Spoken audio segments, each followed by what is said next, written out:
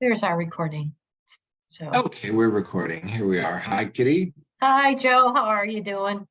Good. So we are here on February 28th, the last day of February, to talk about the coming month of March. That we have been talking about since August. For months, we've been talking about March. And as I was walking the dog an hour or so ago, I was getting messages about this conversation we're going to have. And Magical March is one of the things that I was hearing. Magical March, magical March, magical March. So I want to hold that close because a lot of people, there's some readers and astrologers, intuitives that I follow who have, sometimes people put out by the vibe of, this is really going to be a hard month. This one's going to be hard. But for me, what I keep hearing is that March is Operation Freedom. This is what's coming. It's Operation Freedom. So also the gift of change, which is going to help with that sense of liberation, and the great upgrade, in consciousness. I like all of those things. Yeah, because I don't like negativity. So when I hear it, I don't hear negative stuff. I don't know why any spiritual guidance would come in the form of negativity, or why anyone would choose to put that out. And this is the part where this upgrade in consciousness, as love begins to move people's hearts and minds in more sweeping ways. So in more sweeping ways, that means more people awakening through the power of love, right? Love always brings about change. When we connect with that sense of love, there's always an opportunity for greater change to take place, and more freedom, liberation, in that inner sense that we don't even know sometimes, right? When we are, until we get to that point, we don't even know how constricted we've been, how limited our thinking has been, how judgmental we've been, how resentful, how angry, how sad, how separated we've been from ourselves and others and spirit. So the love zone, this is what I wrote down, the love zone, that's the route to take for a more peaceful and prosperous personal experience and global/collective well-being. So we've got to move into those energies. And you know what? Here's the fun part. We really don't have a choice, because this energy that's coming onto the planet this month, which is what we've been talking about, it's going to land very squarely on the planet. It's already here, but it's kind of like this arc of energy I saw float into our atmosphere, into our field around the beginning of December. But I always saw it landing kind of boom. Gentle boom, but a big wave, a big ripple that goes into our past and starts to affect thinking and patterns from the past, as well as clearing a path for the future. But this is a big energy that we have talked about coming around the equinox. Yes, well, there's just so much in March. I actually put out a thing today about Pluto and Saturn, because those are the big, huge players. There's a lot of energy, but it's March forward. It's March forward. It is. Yes. I think sometimes the doom and gloom that people tune into is there is a belief deep down in many of us that if I identify the doom and gloom, I could somehow brace myself for anything that might come. And March is kind of here to tell us, no, it's not so. No, but I think also what you're talking about, excuse me for one sec, is part of a collective consciousness on the planet around sacrifice and suffering, that we often see infiltrated in religious beliefs. That, well, if I don't struggle, then and blah, blah, and I'm never going to change. There can't be a change unless I'm angry and afraid and break through that way. But love, if we let love, it's not my bootstraps. Right. And I years ago I kind of really looked at why do I anticipate an issue? Because I'm not going to be any more disappointed if it doesn't go my way. So I need all of the joy on my way to getting there. And Yes. that's what I mean about this brace. Well, if I brace it, I'll be able to deal with it better. No. And this really is a march forward. It is the one constant we have in life is change. Mhm. That's what this is about. And it's beautiful energies. Now, the way have been seeing it is we're a pillar, this light that, there's a denser level and an expanded level. And if we hold that pillar into the expanded level, it does exactly what you said. It comes out and it kind of pushes that denser level so that there's more light that gets through. This is a collective conscious way of looking at changing stuff. I know that people are like, oh, we've had a lot of solar flares. You've needed a lot of sleep. What is this? What is this? How about, what is this? I mean, it's just a shift in that. Yeah, a little more curiosity, like a child would approach it, perhaps. Right, because it's a big change and it's a big learning, and it doesn't mean there aren't times we're going to want to just rest, but that's what we follow is the rest, the relaxation.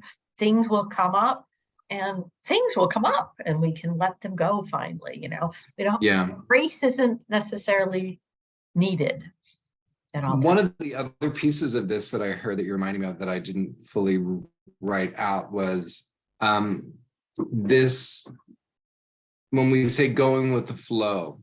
So a lot of this energy is going to help break down the resistance on the mental plane that keeps us from the heart-centered approach to living, keeps us away from our deeper knowing and intuition, right?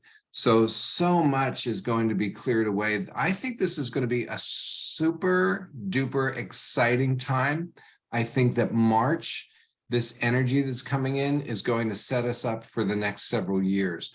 As we've been saying over the months that, was a lot of foundation laying, right? And I personally can tell you that there's a lot of stuff that's being challenged and on the belief level for me, and patterns that have been held in place by my mind necessarily, right, as part of my soul's blueprint. So And that is a big activated now, right? Right. Yeah. It's activated, being activated. One of the things that finally happens in this March is we move out of that Gemini for 7 months, pretty much since that started, of looking at our beliefs and going through our beliefs and changing them. And what are we willing to hold on to? And by the end of March, we finally move into Mars, a 5-week planet that's been 7.5 months. We move into Cancer. Now let's nurture those beliefs, what we have to say, what we need to communicate. So that makes, well, I have to tell you, after the last 48 to whatever, maybe 3 or 4 days, that feels really right to me. Mm-hmm. Yeah, it is March for me. It's March forward. We're going that way anyway. So March forward for me, it's magical March. So Operation Freedom, the great upgrade in consciousness, and be in the love zone. Yep, be in the love zone. What is going on you want to do a slightly deeper dive astrologically for us? Oh, it's a deep dive. I mean, I don't usually even, I've actually done a program about this Pluto and Saturn energy. So early in the month, Saturn moves to Pisces. And whenever Saturn moves into a sign, it puts restrictions and boundaries on the signs. Just to give you an example, when it moved into Aquarius, the pandemic, the world's shut down. So it limited the vision of how we saw, because Aquarius is that humanitarian we energy. It limited the vision of how we were working with each other and what did that mean. And what did we do? We evolved with it. Technologies, all of these things we evolved with, and yes, people were fractionalized. And part of this Pisces energy is to wash away some of that fractalization. Mm-hmm. So this Saturn going into Pisces is going to focus our flow. It's really going to focus, sometimes like a power washer, to move that flow forward. And just so people realize, when Pisces, it's every 30 years that the Saturn does this. It was the turn of the century, it was the Great Depression, it was the 60s, it was the 90s, and now it's now. And every 60 years, it travels with Jupiter. And that was the turn of the centuries and the 60s. And we are now having it travel with Jupiter in this Taurus of our home. So it really is this revolutionary energy that is pushing us for what is deep diving our beliefs and holding the space that we have. You know, there are going to be pressures against religion. There are going to be pressures against all kinds of things, but it's traveling with Jupiter to expand us. So if you think about the turn of the century, you think about this, the 60s, and you know, the 60s, there was the Equal Rights Act, all of these things that started to happen in the early 60s, and that revolutionary energy is happening now, again, with this Jupiter traveling with it. And then the other big player is Pluto. And the last time Pluto went into Aquarius, the Constitution was written and ratified, and George Washington became our first president, and we started to go west, and Britain actually was starting to colonize India more, and all of these things were happening. And but what I specifically looked up, Saturn in Pisces during this Aquarius energy, Pluto, and guess what? It was exactly when the Constitution was ratified. It was exactly that period of time when bigger ideas, things beyond what we understood, pushing the world out of their comfort zone, were written. And look at the trajectory from that point on about democracy and the human. And that was in the age of Pisces, where we still believed in it. We're now in the age of Aquarius, where it is about the we. So that's just like a really little thumbnail. I just want to touch real briefly, though, on this 1 week in March that we have. We have the moon going into, or the sun going into Aries, which is the beginning of the astrological new year. It is also the equinox, when we believe the veil is the thinnest. And indigenous folks would tell you that that is the time of the most magic, so magic March. Then the next day is the new moon in Aries for setting our intentions. And that's going to be pretty much for people like my age for a lifetime, because I may see the transition to Pisces in Aquarius. I hope I do. But if I don't, this may be one of the last big transformational times I see. And so that is that new moon. We're setting for this whole Pluto transitional. And remember, Pluto is the planet of change, the only constant we have. Then there's something on the 22nd called, they're predicting something called Heaven's Cross, which is the idea, actually called the apocalypse. And all apocalypse means is intersecting. But it got kind of taken to mean something horrible. Yes. And you know, but it really just means intersecting. And so, but you know, that kind of top-down things made it a horrible, plus the movie Apocalypse, you know, so there, that is Heaven's Cross, is this idea that there's enough of us holding that energy that we're really going to be able to see kind of the where humanity started, kind of the soul is going to be able to travel a little bit more. And then the next day, Pluto goes into Aquarius. And then the day after, one day after that is when Gemini finally moves into Cancer. And so that 4-day period is pretty much, and of course we're going to be feeling all of it, starting with the Saturn. And by the way, Saturn moves on the same day as the full moon in Virgo. So we are going to see a lot of little pieces. So while you were talking, I was hearing some stuff, and when I was looking down, I was writing stuff down with my handy dandy Sharpie. So what I was hearing was that this could bring up over the next 3 to 4 years, with this energy that's washing, landing with a big, it's almost like I see it kind of like you know, when we have re-entry onto the earth with astronauts and they splash into the ocean. And so it's kind of that, it's the energy from the cosmos coming down onto the planet. And you know, bringing changes, pretty radical and revolutionary change in technology, I think, over the next 3 to 4 years. Also, a personal revolutions, right? We were talking about Operation Freedom and the gift of change and, operating in the love zone more often than not now.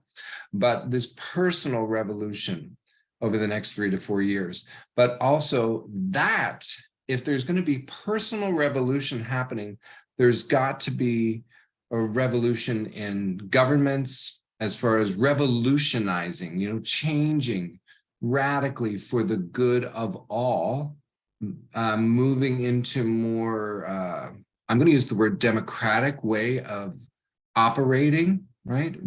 With more equanimity, more personal freedoms, more opportunities to choose and to be free. So there's going to be a kind of revolution that we're going to see. And I'm not talking about, it's going to be war. It's going to be, some of it I think is going to just be fast moving. We might see like things topple very quickly for the good of all. And, sometimes, as we were saying earlier about change, it can really feel a little destabilizing, right? But when love is really, when we stay in the love zone with this change, there's a good reason for it, and we can be clearer about the reason for the changes. So that's what came up while you were talking. And again, something we've been talking about is holding it ourselves, what we multiply. If we get drawn into the denser drama, that's what we'll see as, they said it was. No, it is about how you see it, how you react to it. We're going to have huge leaps in technology, physical technology. There will be people trying to limit choices because that's how they know how to deal with change as well. If I was talking to my sister recently, all this artificial intelligence writing and things that are coming out. She's a teacher in high school, and right away schools will say, well, we're just going to say they can't use it. Well, good luck with that. That's like saying you can't use a calculator, So it's embracing how I'm going to use the media. By the way, another big player this month is that the internet is going through its Saturn return. Oh, it is, isn't it? Mm-hmm. Oh, groovy. Yeah, that's going to be fun. Well, and there will be people trying to limit, and there will be people trying to expand, and the technology is moving faster. And my personal belief is I'm holding the space that this technology is moving faster so it can help us evolve. I believe we're going to have visitors that help us evolve, and more and more people are going to be able to see them and deal with them. And it's a shift. It's a definite shift. And well, I've been seeing more and more reports, pundits talking about AI technology. Mm-hmm. And then I heard something on a podcast the other day that they're looking to use AI to control AI. Yeah. So it's like, it's going to be interesting, CRISPR technology, things like that, that's going to help advance, help us to revolutionize healthcare, things like that. I think it's going to be really interesting next 3 to 4 years for sure. It certainly is. I mean, I remember being a teacher and the big debate about children using calculators and not using calculators. And that's the kind of thing you're going to see in that denser vibration, the right fighting. And what Gemini did for us was, what are you really fighting about? Ultimately, what can you let go of? What is the beliefs that that we can learn to live together? That is what I want to, for me personally, magnify. Mm-hmm. And in this Pluto Aquarius, the mind is going to become a little more important than the emotions, because it's how I think will work with my emotions. My humanness follows my ability to kind of work with my mind in not being the human mind, stretching it a little more globally. The more beyond what cosmic mind. And from the heart. Yes, it's going to be heart-centered, that helps the mind expand. The heart helps the mind expand all the time. Yes. From my experience.